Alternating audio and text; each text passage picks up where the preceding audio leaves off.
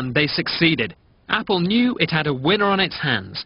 In 2003, the corporation launched iTunes, a download music store. At last, after 10 years of delays and fighting, there was a legal way of downloading music with mass appeal. A lot of the record companies were hesitant about signing deals with them, but as soon as they all saw what was happening and how powerful Apple were becoming with this thing, they all kind of jumped on board. It saved the music industry from itself purely within the context of being slow about digital music. They'd have got there in the end, but it would have taken them a few years. The majors saw the future and licensed much of their music to iTunes. To tempt people away from the pirate sites, tracks were priced at just 79p. Well, it's very easy. I mean, you sign in, you set up an account, and then basically if we want to buy this song, we click the Buy Song button, we wait a couple of seconds, and it's a lot easier to do than to download pirated stuff. I remember when I lost my mind. There was something so pleasant about... Before iTunes, sales figures for legal downloads were so small they weren't even recorded. In 2004, 6 million were sold, followed by 27 million in 2005.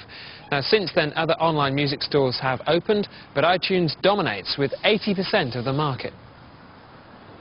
And the majors now claim to be thrilled with internet downloads.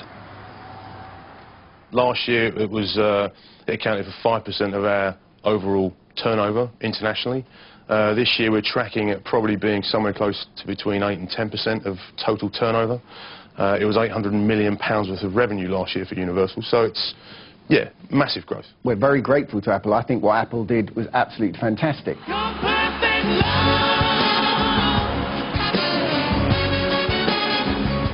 Even so, the record companies are still left with their biggest problem.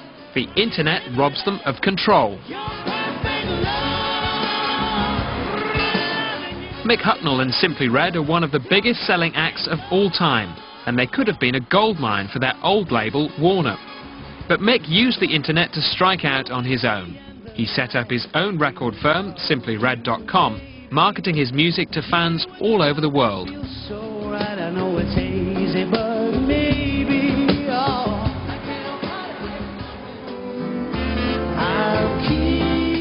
I wanted to set up my own label to effectively really make the music I most definitely wanted to make without feeling the kind of restrictions on commerciality. We now can just make the kind of music we want to make. For example, Mick loves Cuba. He wanted to perform and make a film in the country, so he did, with no interference from a record company.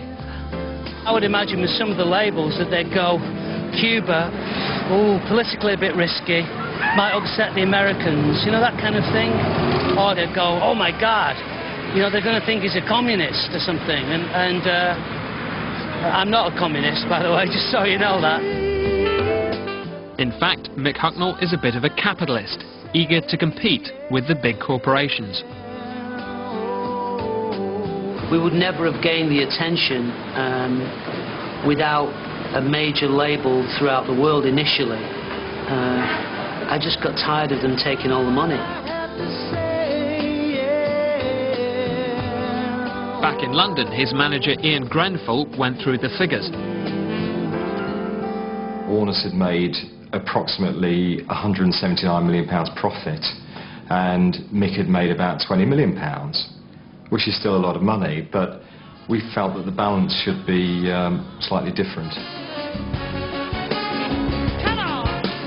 On average, we make 3 times the amount per CD and probably about 6 times per download. So whilst there's greater costs that have to come out of that, there's a huge financial incentive for doing this.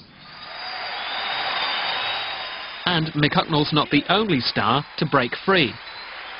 More artists are releasing their records independently. There's a lot of big mainstream artists. There's people like Katie Melua, there's Franz Ferdinand, Arctic Monkeys, all releasing and doing very well independently. And I think that a lot of major artists who are coming to the end of their contracts are really looking around at their options and looking at doing things independently. If they all decide to do that, then it's going to shrink the major industry's with major record companies more and more. I don't think it will bring the industry to its knees. I think it will show the industry different directions in which to go, which has always happened. I see it only as a positive thing, not a negative thing. As top stars rebel, go independent and take their money with them, the majors are facing a revolt on another front. Many in the industry reckon their crackdown on piracy is turning into a public relations nightmare.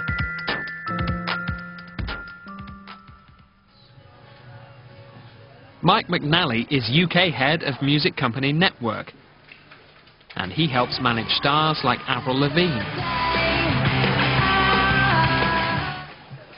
He was horrified when he found out that a 15-year-old Avril fan was being sued for $9,000 in America after being caught swapping the star's songs on the internet.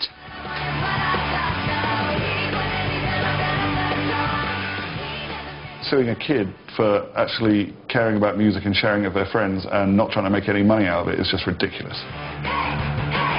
Network and its stars objected so much they're taking the majors on in court. Terry McBride, our CEO, said, you know, not in our name. We do not want kids being sued or being fined for sharing music in our name. And at that point, after consulting with the managers and the artists of the Network, he decided to pay all the legal costs and any subsequent fines the family may receive from the action. Trying to fine kids for sharing music is self-defeating. How can you ask a fan to go and support a band, say in concert, or to buy merchandise, or to even continue to follow that band once you've hit them with a now $9,000 lawsuit? In total, 20,000 people have been sued around the world for piracy. But no one believes the crackdown will eradicate the problem, least of all people who've been prosecuted. I know friends who still do it, and so if the closest people to me are still downloading, and it's obviously not working. So, is there anything the majors can do to at least contain the problem? They're pinning their hopes on a twin-track policy. Carrot and stick. It is as simple as that. It's provide the consumers with a carrot, license as many different digital services as possible, and at the same time, the consumers are ignoring the digital services. They have to be targeted with legal action, because it's there if they want it. And if they choose to ignore it and make stuff available free of charge for their own, through peer-to-peer services, then you have to go after them. But the internet still leaves the majors facing two big challenges. Bands and fans have proved time and again that they can survive without them. And while legal online sales are welcome, experts fear that they've come far too late to save the industry from the blight of piracy.